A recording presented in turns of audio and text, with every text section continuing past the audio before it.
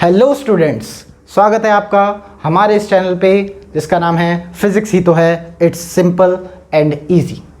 हमारी सीरीज़ चल रही है आईआईटी, नीट और सीबीएसई के लिए, जिसके अंदर ये नेक्स्ट क्लास है। इस क्लास के अंदर हम एरर्स के टॉपिक को पढ़ेंगे। लास्ट टॉपिक इस चैप्टर का बचा है जिसके अंदर एरर्स को पढ़ना है। एरर्स के होते ही ये वाला chapter complete. First and second chapter से मिलाकर जो क्वेश्चंस आते हैं हर कंपटीशन में, बोर्ड में, सारे क्वेश्चंस आप इजीली कर पाएंगे। चलिए लास्ट टॉपिक की शुरुआत करते हैं। टॉपिक का नाम है एरर्स। थोड़ा बड़ा टॉपिक है इसलिए 4-5 क्लासेस लग सकती हैं, पर होगा कंप्लीट, इस बात के लिए श्योरिटी है। एरर्स का अगर हम बात करें तो हमें ये समझना होगा कि सर एरर्स होती क्या हैं। ठीक है, एरर्स को समझने के लिए मैं एक एग्जांपल लूंगा तो आप उसे समझ के आगे बढ़िएगा। ये हाइपोथेटिकल एग्जांपल है, इमेजिनरी एग्जांपल है, इसे सच में मत समझिए। मान लेते हैं कि मेरा जो वेट है, मैंने आपसे पूछा कि मेरे अंदर जो वेट है या कहो मेरे अंदर जो मास है वो कितना है, तो आप कहोगे सर आपके अंदर 80 kg वेट है लगभग। चलिए मानते हैं, मानने की बात है, कितना है मत सोचिएगा। ये नहीं है कि मेरे अंदर 80 kg है, हो सकता है मेरे अंदर 120 किलो, लगता हल्का सा हूँ। खैर बात यह है कि किसी से मैंने पूछा कि बताओ बेटा मेरे अंदर कितना मास है, तो उसने कहा सर आपके अंदर 80 kg है। मैंने कहा एक मशीन लाओ, तोल के देखते हैं। अब जैसे ही हम तोलने गए तो वो जो मशीन लेके आया उसके ऊपर 1 kg के डिविजन्स थे।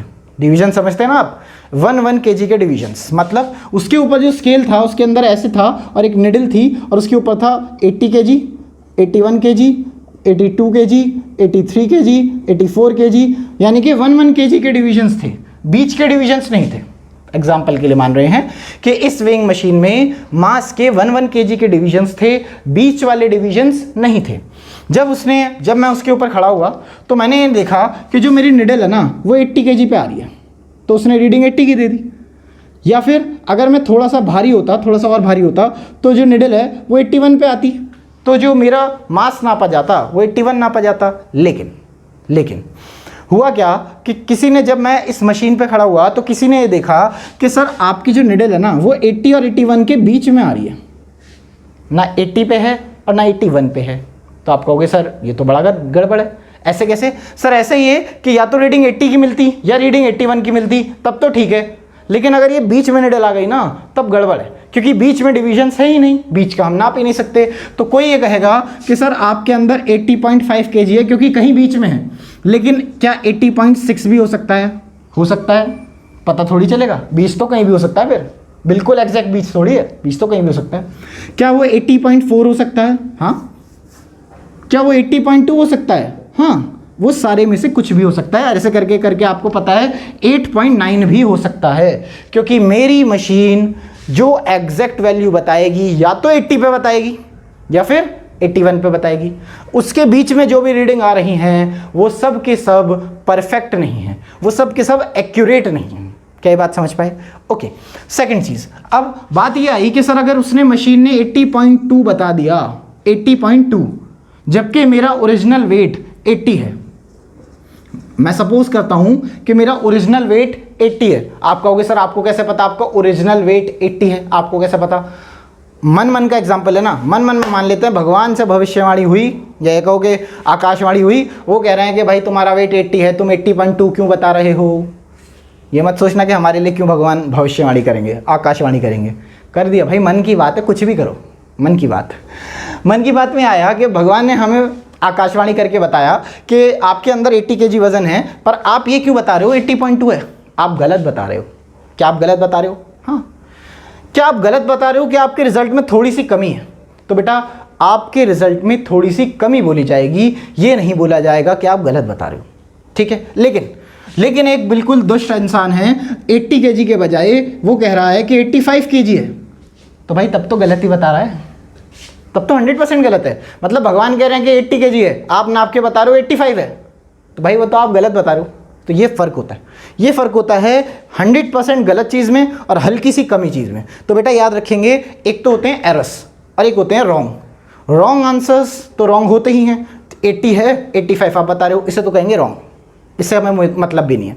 हमें मतलब है कि सर आप बताना तो सही चाह रहे थे, पर आप एग्जैक्ट नाप नहीं पाए, हल्की सी गलती हो गई, हल्की सी कमी आ गई। इसे ही कहते हैं आसान देसी भाषा में एरर्स।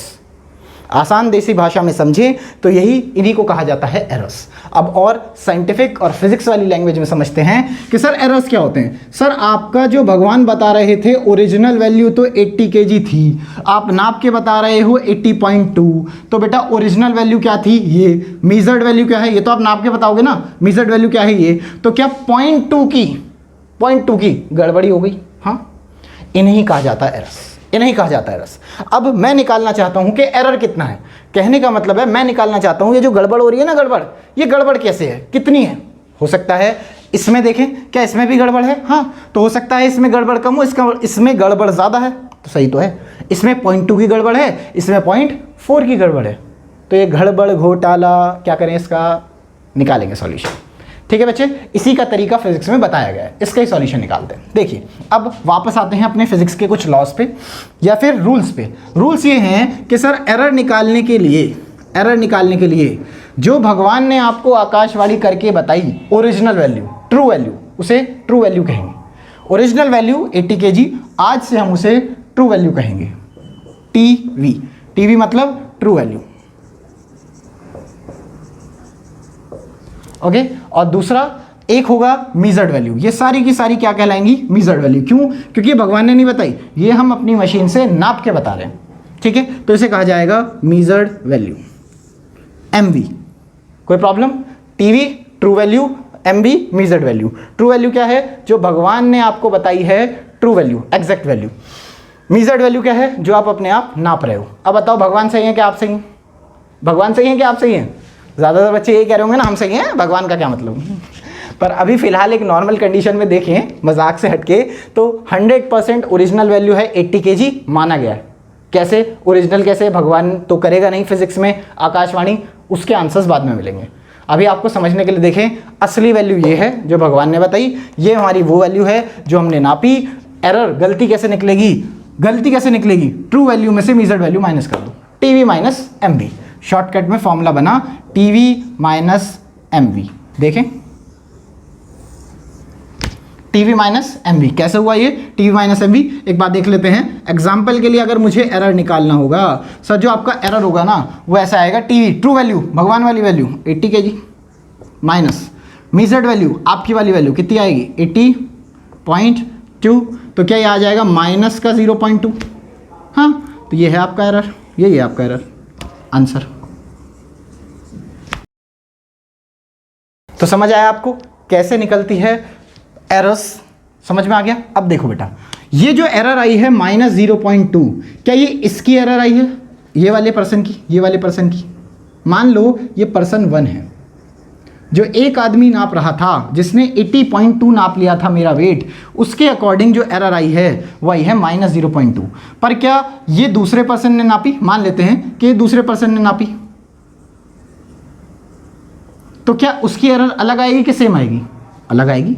उसकी एरर अलग आएगी, सेम आएगी? अलग आएगी। कैसे पता अलग आएगी? सर ऐसे पता, इसने 80.4 नापा है, ओरिजिनल वैल्यू 80 kg है, तो अगर मैं एरर निकालने की कोशिश करूंगा तो टीवी यानी कि 80 माइनस एमवी यानी कि 80.4, क्या 0.4 माइनस की वैल्यू आएगी एरर की? हाँ, किसकी? सेकंड पर्सन की। किसकी? Second person. आई थिंक आप एरर्स का बेसिक समझ चुके होंगे कि एरर्स का मतलब क्या होता है। जब ओरिजिनल वैल्यू आप जो है किसी भी चीज़ की, उसके बजाय उसे जब भी नापा जा रहा है तुम कुछ कम या कुछ ज़्यादा नाप लेते हो, तो उसे ही कहा जाता है एरर्स। पर वो कुछ होना चाहिए, कुछ। इसका मतलब ये नहीं है कि आपने वैल्यूज़ को बहुत ज़्यादा चेंज कर दिया। 80 से 85 नहीं ले जा सकते, 80 से 79.4 ला सकते हो, 80 से 80.6 ले जा सकते हो, पर क्या 80 से 81 ले जा सकते हो? नहीं, नहीं। क्या 80 से 81 ले जा सकते हो? क्या हमारे एग्जाम्पल में हम 80 kg का 81 kg बता सकते हैं? नहीं, नहीं बता सकते। क्यों नहीं बता सकते? क्योंकि सर जो मेरा स्केल था वो 1 kg पे परफेक्ट आंसर देता था। याद रखिएगा बेटा, जो मेरा स्केल था वो 1 kg पे परफेक्ट आंसर देता था। अगर 80 kg होगा तो 80 बताएगा, लेकिन अगर थोड़ा थोड़ा बढ़ते बढ़ते 81 पे होगा तो फिर एग्जैक्ट 81 बताएगा। फिर आपका ये नहीं कहलाएगा कि वो एरर है। तो इसे ध्यान से समझना, इसे ही फीलिंग्स के साथ समझ के कहेंगे एरर्स है, गलतियाँ। समझ पाए कि नहीं समझ पाए? कोई प्रॉब्लम? बढ़े आगे, चलिए आगे बढ़ते हैं। सो आइए गाइस नेक्स्ट स्टेप पे चलते हैं। एक चीज़ होती है जिसे हम कहते हैं मैक्सिमम परमिसिबल एरर। फीलिंग्स से अगर समझें तो ये वो वाली चीज़ है जहाँ तक अगर आपने नापने में गड़बड़ करी तो एरर कहलाएगी, लेकिन अगर आपने इससे ज़्यादा नापने में गड़बड़ कर दी तो फिर एरर नहीं, मिस्टेक कहलाएगी। दो वर्ड्स, एक एरर और एक मिस्टेक। आपके न्यूमेरिकल्स, आपकी फिजिक्स एरर पे काम करती है, मिस्टेक पे काम नहीं करती। मिस्टेक पे काम नहीं करेगी, नहीं तो ऐसे होता कि कोई ये कह रहा है कि मेरा वेट 80 kg नहीं है, मेरा वेट 10 kg है। आप कहोगे सर गलत बोल रहा है, मैं कहूँगा नहीं एरर है। मैं कह ये क्या बात हुई सर, 80 kg का 10 kg बता रहा है, एरर है ये? अरे भाई ये तो बहुत बड़ी गलती है, ये तो पाप है, पाप। भगवान भी इसका माफ़ नहीं करेंगे। 80 kg के आदमी को 10 kg का बताओगे तो ये एरर नहीं है, तो आप कैसे माफ़ कर दोगे जब भगवान ही नहीं करे? कहने का मतलब वो मैक्सिमम एरर जहाँ तक अगर कुछ हो तो एरर है, लेकिन अगर एरर को मिस्टेक बनना है, इससे बड़ा कुछ हो जाए तो वो एरर मिस्टेक बन जाएगी। समझाता हूँ क्या कहना चाहता हूँ। देखिए हमने एक एग्जांपल लिया था जिसके अंदर हमारे पास निडल थी और मैं कह रहा हूँ इसके ऊपर मार्किंग थी 80, 81, 82, 83। तो अगर ये निडल या तो 81 पे होगी या इसके कहीं बीच में होगी या फिर 80 पे होगी। देखिए या तो 80 पे होगी या फिर 81 पे होगी या कहीं बीच पे होगी। समझ पाए? अच्छा, अगर ये कहीं 80 पे है, कहीं 81 पे है और कहीं बीच में है, अगर ये यहाँ से यहाँ तक की रेंज में रहे, 80 से 81 तक, यानी कि 1 kg की रेंज में रहे, 1 kg, तो बेटा उस तक तो हम कहा जाएगा कि ये एरर है। लेकिन अगर ये निडल वेट है ओरिजिनल 80 kg और निडल आ रही है 82 kg तक, तो हम कह देंगे अब तो ये एरर बहुत बढ़ चुकी है, ये एरर नहीं, ये पाप है, यानी कि ये मिस्टेक है। समझ पाए कि नहीं समझ पाए? हालांकि अगर वो कह रहा है कि एरर है तो कैलकुलेट आप कर सकते हो। भाई कोई कह रहा है कि ये मशीन ख़राब है और 80 की जगह 82 नापेगी, यानी कि 2 kg फालतू नापेगी हमेशा, तब तो बात ठीक है। लेकिन अगर आपको नहीं पता और एक मशीन है, आपको नहीं पता, एक मशीन है वो 80 की जगह 82 नापती है, तो क्या वो मशीन काम की है? पता चला मैं 80 किलो चीनी लेने गया तो वो क्या कर रही है, 82 किलो बता रही है, तो 2 किलो के फालतू के पैसे दे के आऊँगा? नहीं आऊँगा मैं। तो बच्चे ऐसे 2 kg का फालतू पैसा थोड़ी देना है, ये पाप नहीं करना। तो समझेंगे sir 80 kg starting limit, next limit 81, इसके बीच में अगर कोई भी चीज़ रहेगी वहाँ तक तो एरर कहलाएगी। और यही एरर एक लिमिट से अगली लिमिट तक के जो डिस्टेंस है या फिर दो इनके बीच की मेजरमेंट है, इसी चीज़ को हम कहते हैं मैक्सिमम परमिसिबल एरर। फीलिंग से समझें तो इतनी एरर आई तो झेल जाऊंगा, इसके बाद की एरर आई तो फिर झेल नहीं पाऊंगा, फिर गलत हो जाएगा सिस्टम। ये ऐसे ही है कि आप 80 kg चीनी लेने गए, 80 kg की जगह 80 kg 200 ग्राम दे दी, चल जाएगा, पर 80 kg की जगह 81 kg दे दी तो भाई साहब पैसे लेगा फिर। समझ गए ना? नेक्स्ट। सो गाइज अब आपको नेक्स्ट टॉपिक एरर्स का बेसिक जानने के बाद टाइप्स ऑफ एरर के बारे में पढ़ना है। टाइप्स ऑफ एरर में बहुत सारे टाइप्स होते हैं, मैंने मेन टाइप्स यहाँ पे लिखे हैं और मैं आपको समझाऊंगा। इसके बाद 2-4 टाइप्स और हैं जो हम पढ़ेंगे, जो आपके एग्जाम में बहुत ज़्यादा आते हैं। शुरुआत करते हैं पहले टाइप से। पहला टाइप आता है बेटा सिस्टमैटिक एरर। ये सिस्टमैटिक एरर नाम से ही समझ में आता है, ऐसे एरर्स जो सिस्टम की वजह से आ जाते हैं उन्हें कहा जाता है सिस्टमैटिक एरर्स। अब ये तो कहने वाली बात हो गई, बुक की डेफिनेशन हो गई, समझाता हूँ क्या। फॉर एग्जाम्पल आप लेंथ नापने निकले, 1 किलोमीटर की दूरी, 1 किलोमीटर की दूरी देखें। फॉर एग्जाम्पल आप 1 किलोमीटर की दूरी नापने निकले, यहाँ से लेके यहाँ तक की 1 किलोमीटर की दूरी है। आप कैसे नापने निकले हो? आपने एक इंची टेप ली है, मान लेते हैं, मान लिए तुमने एक इस तरीके से एक इंची टेप ली है यहाँ से लेके यहाँ तक की, यही कहते हैं, मान लेते हैं 10 मीटर की लेंथ है आपके पास नापने के लिए। बेटा सब एक हाइपोथेटिकल सिचुएशन है, पर आपको अच्छे से समझ में आ जाएगा, ये बात की गारंटी है। समझेंगे बच्चे? यहाँ से यहाँ तक की जो दूरी है वो मैंने लेट करी है 1 किलोमीटर। मेरे पास जो नापने के लिए उसके लिए जो इंची टेप है या फिर जो स्केल है वो 10 मीटर का है, ठीक है। तो क्या मुझे बार बार 10 मीटर ज़्यादा लंबा बना दिया मैंने? ऐसे देखें सर, 10 यहाँ होगा, फिर 10 यहाँ होगा, फिर 10 यहाँ होगा, क्या इस तरीके से नाप के मुझे यहाँ तक पहुँचना पड़ेगा? आप कहोगे हाँ।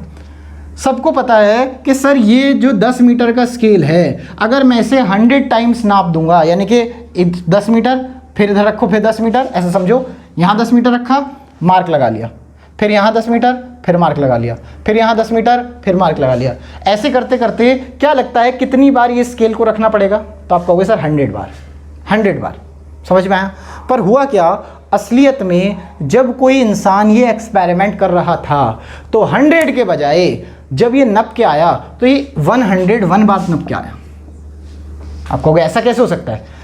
10 मीटर का स्केल है, 100 टाइम्स रिपीट करने पे 1 किलोमीटर पूरा हो जाना चाहिए था। ये 101 बार रिपीट क्यों कर रहे हो? तो क्या इसमें आपने गड़बड़ कर दी?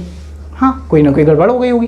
क्या ये गड़बड़ होना असली दुनिया में पॉसिबल है? अगर आप ये एक्सपेरिमेंट कर रहे हो 100% पॉसिबल है।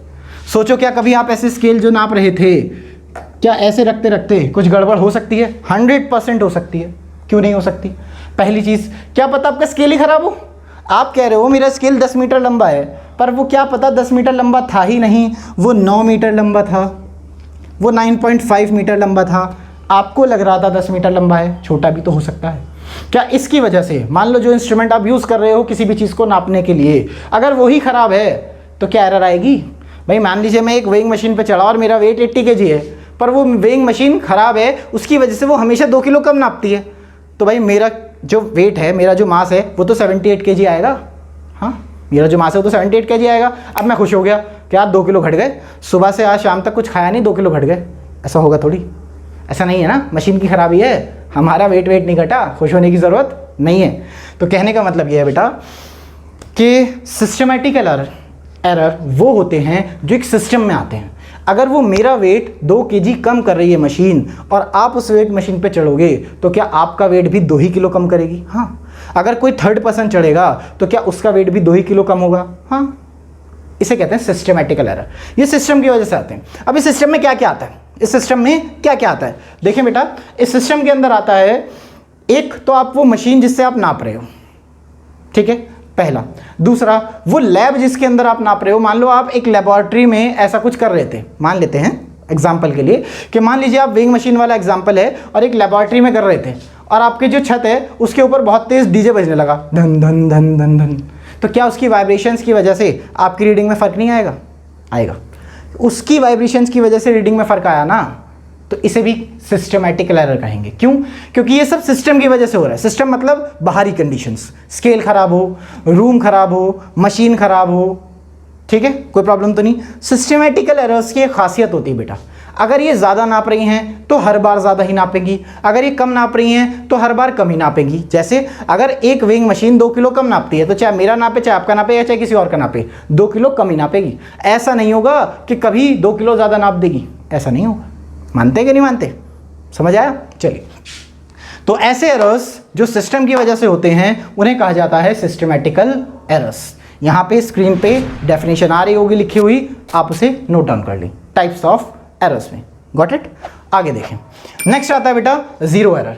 ये जीरो एरर क्या होता है ज़रा समझें, समझने की कोशिश करेंगे जीरो एरर को। सबसे ज़्यादा क्वेश्चन बेटा जीरो एरर के आते हैं, याद रखना। कॉम्पिटिशन्स में सबसे ज़्यादा न्यूमेरिकल्स जीरो एरर पे आते हैं। कॉम्पिटिशन में, स्कूल में प्रैक्टिकल में आपके काम आएगा। स्कूल में जो प्रैक्टिकल्स होंगे ना, प्रैक्टिकल लैब में, तो जीरो एरर आपके काम आएगा। और कंपटीशन में सबसे ज़्यादा क्वेश्चन जीरो एरर के आते हैं। क्या होता है जीरो एरर, ज़रा आप समझें। मान लीजिए मैंने आपका एक स्केल बनाया, ठीक है, आपको याद हो यहाँ पे इसका जीरो, यहाँ पे जीरो होगा, 1 2 3, 1 होगा, फिर ऐसे करके 10 डिविजन्स, फिर 2 होगा, फिर ऐसे करके 10 डिविजन्स, फिर 3 होगा, एंड सो ऑन। पता चला ये है। अब हुआ क्या, जब मैं इस स्केल से एक चीज़ को नाप रहा था, ये मान लीजिए मेरे पास चॉकलेट है और मैं इस चॉकलेट की लंबाई को नाप रहा था। जब मैं इस चॉकलेट की लंबाई को नाप रहा था तो बेटा क्या मुझे यहाँ से कॉर्नर से नापना चाहिए था? आप कहोगे हाँ, पर मैंने नापना यहाँ से शुरू कर दिया। आप कहोगे ये क्यों करा? अबे क्यों करा तो छोड़ो, कर दिया अगर ऐसा किसी भी वजह से, किसी भी वजह से, वजह छोड़ो, ठीक है। मेरे मन में आया होगा कि यहाँ से यहाँ तक तो रैपर है, असली चॉकलेट तो इसके अंदर है, ऐसा मेरे मन में आया होगा। पर क्या पता आप उसके अंदर जो रैपर है वो चॉकलेट यहाँ से शुरू होकर ना यहाँ से शुरू हो रही हो, कुछ भी हो सकता है ना। आसान भाषा में समझें, स्केल से को नापना यहाँ था, आपने यहाँ से रख के नाप दिया, तो क्या गलत आएगा डायमेंशंस या नहीं? क्या इसकी लेंथ, जो चॉकलेट की लेंथ है, वो गलत नापेगी या नहीं? हाँ। क्या कम नापेगी कि ज़्यादा नापेगी? सर देखो इतनी होनी चाहिए थी, आपने तो इतनी सी नाप दी, जब आपने ज़ीरो आगे बढ़ा दिया। तो क्या इसका मतलब ये है कि जो ओरिजिनल वैल्यू थी वो बड़ी थी, पर जो आप नाप के ला रहे हो वो छोटा है? कोई बात नहीं, क्या बड़ा है क्या छोटा है इससे आपको कोई मतलब नहीं है। पर देखें, क्या आपने ज़ीरो हिला दिया है? हाँ। जहाँ ओरिजिनल जगह पे ज़ीरो होना चाहिए था, क्या वो आप यहाँ ले आए? हाँ, तो क्या इसका मतलब ये है ज़ीरो के हिलने पे जो एरर आएगी, अच्छा किसका ज़ीरो, मशीन का, मेजरिंग इंस्ट्रूमेंट का, ज़ीरो हिलने पे जो वैल्यू आएगी उसे ही, वैल्यू आएगी नहीं, सॉरी, ज़ीरो हिलने पे जो एरर आएगी उसे ही कहा जाएगा ज़ीरो एरर। और एरर कैसे निकलती है, एरर कैसे निकलती है, अभी तो सीखा मैंने एरर कैसे निकलती है। सर नाप के बताओ कितना आ रहा, मान लो 2 सेंटीमीटर आ रहा, ओरिजिनल वैल्यू बताओ कितनी है। अब आप कहोगे ओरिजिनल वैल्यू कौन बताएगा, ओरिजिनल वैल्यू बताएगा आकाशवाणी करके भगवान, नहीं, ओरिजिनल वैल्यू कौन बताएगा, आकाशवाणी करके भगवान नहीं बताएंगे, पर ओरिजिनल वैल्यू का कैसे पता लगाएंगे वो बाद में देखेंगे, ठीक है। ओरिजिनल वैल्यू, ट्रू वैल्यू कैसे पता चलेगी वो बाद में देखेंगे। हम ये सपोज करके चलते हैं कि अगर ट्रू वैल्यू पता है तो एरर कैसे निकालें। तो मान लो इसकी ट्रू वैल्यू 3 सेंटीमीटर थे, आप जो नाप के लाए हो वो 2 सेंटीमीटर है, तो एरर कितने का आया, क्या ट्रू वैल्यू कितनी है 3, आप नाप के कितने लाए 2, true value minus measured value, याद है फॉर्मूला एरर का, बड़ा आसान फॉर्मूला, टीवी में से एमवी माइनस कर दो, टीवी वो देखते हो ना आप चलाते हो, टीवी में से एमवी, ठीक है, टीवी में से तेरी वाली में से मेरी वाली माइनस, है ना, याद करने के लिए, ऐसा कुछ होता नहीं है, तेरी वाली में से मेरी वाली माइनस, क्या बचेगा, गड़बड़ घोटाला एरर, एक वाली में से दूसरी वाली माइनस करोगे तो गड़बड़ तो होगी ना, ठीक है। तो तेरी वाली में से मेरी वाली माइनस करते ही गड़बड़ घोटाला हो जाएगा, उल्टा मत कर देना, फॉर्मूला याद रखना, टीवी माइनस एमवी। आगे बढ़ते हैं। तो बेटा इसे कहा जाता है जीरो एरर। जीरो एरर का मतलब होता है कि जब आप अपना जीरो हिला देते हो। क्या ये जीरो ऐसे हिल सकता है कि ये जीरो ऐसे भी हिल सकता था, ऐसे कैसे, जो मैं बता रहा हूँ, क्या ये जीरो ऐसे भी हिल सकता था कि आपने जो चॉकलेट पीछे से के बजाय आपने चॉकलेट यहाँ रख दी, हाँ सर, अब जो आप मेजरिंग लोगे, अब जो यहाँ पे आके मान लो यहाँ पे 5 आ रहा होगा, तो क्या अब आपने फालतू नाप दिया, लोगों को तो ये बताओगे मेजरिंग इंस्ट्रूमेंट ये बता रहा है कि 5 मीटर या 5 सेंटीमीटर लंबी है, जबकि वो 5 सेंटीमीटर लंबी नहीं है चॉकलेट तो ये जो फालतू में 1 सेंटीमीटर यहाँ फालतू दिया है, 2 सेंटीमीटर फालतू दिए हैं, आपने एक्स्ट्रा नापा हुआ है, तो इसे ही एरर कहते हैं, जीरो हिलाने से जो एरर आती है। अब सबसे ज़्यादा एग्जाम में यही आते हैं बेटा, क्यों आते हैं, क्योंकि एग्जाम में सबसे ज़्यादा क्वेश्चन इस तरीके से आएंगे कि आपके पास एक स्क्रू गॉज है, अभी आपको पता नहीं है स्क्रू गॉज क्या होता है अगर आपने पढ़ा नहीं है। स्क्रू गॉज एक इंस्ट्रूमेंट होता है जो हम बहुत छोटा डिस्टेंस या बहुत छोटी चीज़ों को, डिस्टेंस या दूरी को, लेंथ को नापने के लिए यूज़ करते हैं। उसमें कभी कभी प्रॉब्लम्स होती हैं, कभी कभी उसका जीरो पे होने के बजाय थोड़ा पहले थोड़ा बाद में आ जाता है, इसे ही कहा जाता है जीरो एरर। उसके प्रैक्टिकल के क्वेश्चंस काफ़ी ज़्यादा आते हैं। खैर परेशान होने की ज़रूरत नहीं है, कुछ समझ में नहीं आ रहा, क्वेश्चंस कैसे सॉल्व करेंगे वो तो प्रैक्टिस में हो जाएगा, मैं बता दूंगा, मैं समझा दूंगा, डोंट वरी। फिलहाल सिर्फ और सिर्फ थ्योरी समझा रहा हूँ, समझ लेना जीरो एरर क्या होता है, जीरो को कहीं और रख के नाप लो, जीरो एरर। आगे देखें, थर्ड वाला रैंडम एरर। बेटा ये है सबसे important, random error. Random error को समझाता हूँ बेटा, रैंडम का नाम से ही समझ में आ रहा होगा, कभी भी कुछ भी एरर आ जाएगा। हाँ, सबसे ज़्यादा एरर यही वाली आती है, रैंडम एरर आती है, मतलब असली दुनिया में आप प्रैक्टिस करने गए या आप मेज़र करने गए, कोई भी चीज़ को आप मेज़र करने गए, तो जो सबसे ज़्यादा एरर आएगी ना, वो सबसे ज़्यादा एरर यही वाली एरर होगी, रैंडम एररर। देखें कैसे समझाता हूँ। मान लीजिए आप आज अपना रूम है, जिस रूम में आप रहते हो, वही वाला रूम जिस रूम में बैठ के आप ये देख रहे हो, ठीक है, ऐसे समझेंगे आप मेरे सामने बैठे, वही वाला रूम जिसके अंदर आप बैठकर मुझे देख रहे हो या मुझे पढ़ रहे हो। होगा क्या कि मान लीजिए आपके पास वो रूम है और वो रूम की आपको लेंथ नापनी है, ठीक है, कितना लंबाई है। अब आप सुबह उठे, आपका दिल तो कर नहीं रहा था, फिर भी आपने यार सर ने कहा था नापने के लिए, यार क्या करूँ, चलिए नापते हैं। आपने एक उठाया, 1 मीटर लंबा फीता था आपके पास, या 1 मीटर लंबा आपके पास इंस्ट्रूमेंट था, वो 1 मीटर का स्केल आता ना, वो आपने उसे नाप के देखा। आपने कहा कि सर मेरी जो रूम है उसकी जो लेंथ है, मान लेते हैं वो 5 मीटर है, मान लेते हैं, छोटे से हॉस्टल वाले रूम में रह रहा हूँ, चलो यार थोड़ा बढ़ा लेते हैं। आप कहोगे सर इतना छोटा रूम चलिए मानते हैं 8 मीटर, 8 मीटर लंबा, 8 मीटर लंबा आपके पास एक रूम है।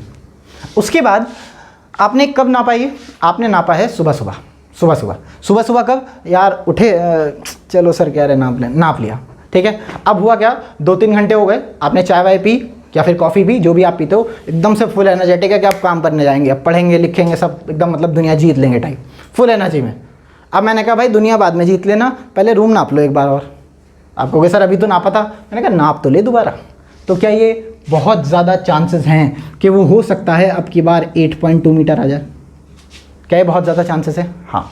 क्या ये बहुत ज़्यादा चांसेस हैं कि हो सकता है वो 7.9 मीटर ही आए? हाँ। क्यों? क्योंकि जब आप सुबह सुबह आलकस में उठ के नाप रहे थे ना करके, तो भाई साहब वो स्केल जो आप 1 मीटर का था पहले यहाँ रखते थे, फिर मार्क लगाते थे, फिर यहाँ रखते थे, फिर मार्क लगाते थे, फिर यहाँ रखते थे। हो सकता है आपने इधर उधर कर दिया हो सकता है सोच के। और अगर आपको यकीन नहीं हो रहा, फील नहीं आ रही कि कैसे हो जाएगा, तो भाई आप कोशिश कर लेना, सुबह उठते ही आँख खुलते ही एक बार मीज़र करना, और एक बार जब शाम हो जाती है रात को सोते जाने से पहले मीज़र करना, और एक बार तीसरी बार बीच वाले में जगह को लंच करने के बाद मीज़र करना। तीनों बार एग्जैक्ट वैल्यू आने की नहीं आपकी। आपने कई बार खुद भी ध्यान दिया होगा, यार पता नहीं क्या हो रहा है प्रैक्टिकल, जब प्रैक्टिकल किया होगा 10th में, अगर किया होगा, हालांकि करना चाहिए था। जब भी प्रैक्टिकल करोगे एक बार वैल्यू निकालोगे तो कुछ और, अगली बार वैल्यू निकालोगे पॉइंटों में ही फर्क आएगा पर कुछ और, तीसरी बार निकालोगे तो कुछ और। यार ये तो पता नहीं क्या गड़बड़ है, हर बार नाप रहे हैं, हर बार अलग आ रहा है, तरीका तो सेम लगा रहे हैं, चीज़ भी सेम है। तो इसे ही कहा जाता है रैंडम एरर। रैंडम एरर, कभी नापा तो 7.9, कभी नापा तो 8, कभी नापा तो 8.1, कभी नापा, एक और जगह नापते हैं, एक और जगह एक और बार नाप लेते हैं, कभी नापा तो 7.8, कभी नापा तो 8.3। 1 2 3 4 5, 5 बार नापा, पाँचों बार अलग आ रहा है आंसर, पाँचों बार अलग आ रहा है। अब दिक्कत यह है, कोई आपसे पूछे बताओ ओरिजिनली सच्ची मुच्ची में आपके रूम की लेंथ कितनी है, तो आप कहोगे 5 आ रही हैं। भाई मेरे बस की नहीं है, पता लगा लो, खुद ही नाप लो। खुद नापोगे तो और गड़बड़ हो जाएगा, हो सकता है इसके अलावा ही कुछ आ जाए है ना। तो आपने कहा कि भाई मेरे को तो पता नहीं, खुद नाप लो। नहीं, ऐसा थोड़ी है। वो कहेगा यार तुम बार बार कह रहे हो भगवान बताता है, अब करवाओ भगवान से आकाशवाणी। बोलेंगे भगवान ओरिजिनल वैल्यू कितनी है, आप कहोगे नहीं, भगवान तो अभी तक भी नहीं बोल रहे थे। ट्रू वैल्यू पहले भी मुझे खुद निकालनी पड़ती थी, अब मैं खुद निकालूंगा ट्रू वैल्यू। आप कहोगे मेरे से तो भगवान बात करते नहीं, मेरे ऐसे कर्म ही नहीं है जो भगवान बात करें, है ना। हो सकता है आप क्यों आपसे करते हो, भाई मेरे से तो करते नहीं मेरे से भगवान बात नहीं करते हैं, कर्म है ऐसे हैं ही नहीं कि भगवान बात करें। और भाई मुझे कोई ज़्यादा शौक भी नहीं है, पता चला भगवान को बात करना ऊपर बुला ले कि लाओ बैठ के बात करते हैं, तो ऐसे भगवान से बात करनी ही नहीं, मुझे ऐसी बात नहीं करनी कि ऊपर जाके करें खैर समझेंगे बच्चे, फालतू की बकवास कर दी मैंने, अगर आपका टाइम वेस्ट हो तो स्किप कर देना। खैर मैं ये कह रहा था बेटा, सिंपल भाषा में पढ़ाई पे वापस, 5 रीडिंग्स आपके सामने हैं, आपको इन रीडिंग्स में से ओरिजिनल वैल्यू क्या है, ट्रू वैल्यू क्या है, भगवान बोल के नहीं बताएंगे, आपको खुद निकालनी पड़ेगी। तरीका आप बचपन से जानते हैं, एक चीज़ होती है जब 5 बार अलग अलग वैल्यू आए, आपको एक आंसर चाहिए हो, तो आप हमेशा से एक काम करते हैं जिसे कहते हैं मीन। एवरेज ले लो, मीन ले लो।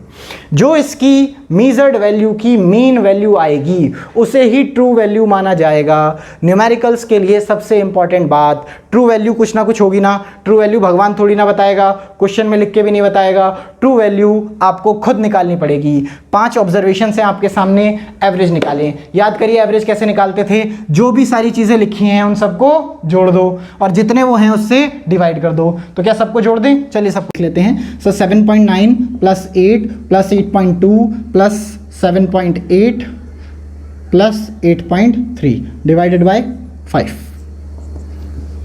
हो गया। इसको ऐड करेंगे तो बेटा इसको ऐड करके देखेंगे तो 40.2 आएगा, डिवाइड करना है 5 से, 5 8 ज़ा 40, ठीक है, पॉइंट आ गया। 2 बचा है तो 2 को तो हम कर नहीं सकते, तो क्या 0 लगा के 20 बनाना पड़ेगा, हाँ, फिर 5 4 ज़ा 20, तो 8.04 मीटर। इसे ही ट्रू वैल्यू माना जाएगा, इसे ही ट्रू वैल्यू माना जाएगा। कहने का मतलब यह है बेटा कि रैंडम एरर्स का इस्तेमाल करके हम ट्रू वैल्यू निकाल सकते हैं। रैंडम एरर्स आती हैं तो उसकी जो मेजर्ड वैल्यू होती हैं उनका इस्तेमाल करके हम ट्रू वैल्यू निकाल सकते हैं। कोई प्रॉब्लम नहीं है तो एक बार इसे नोट डाउन कर लें, ठीक है। फिर नेक्स्ट वीडियो में एब्सोल्यूट और आगे पढ़ेंगे, नेक्स्ट वीडियो में पढ़ेंगे क्योंकि ये वीडियो थोड़ी लंबी हो चुकी है, मुझे ऐसा लगता है। ओके बेटा, टेक केयर। एक मिनट, अच्छी लगी वीडियो तो सब्सक्राइब कौन करेगा, सब्सक्राइब करो बेटा और आगे अपने दोस्तों को शेयर करो। Let we both grow together.